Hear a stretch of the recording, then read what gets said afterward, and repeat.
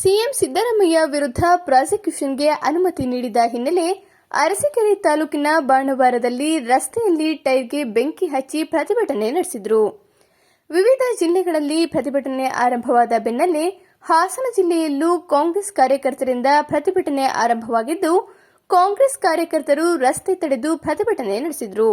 ಈ ವೇಳೆ ರಸ್ತೆ ಮಧ್ಯೆ ಟೈರ್ಗೆ ಬೆಂಕಿ ಹಚ್ಚಿ ಆಕ್ರೋಶ ಹೊರಹಾಕಿರುವ ಪ್ರತಿಭಟನಾಕಾರರು ರಾಜ್ಯಪಾಲರು ಹಾಗೂ ಕೇಂದ್ರ ಸರ್ಕಾರದ ವಿರುದ್ಧ ಘೋಷಣೆಗಳನ್ನು ಕೂಗಿ ಆಕ್ರೋಶವನ್ನ ವ್ಯಕ್ತಪಡಿಸಿದರು.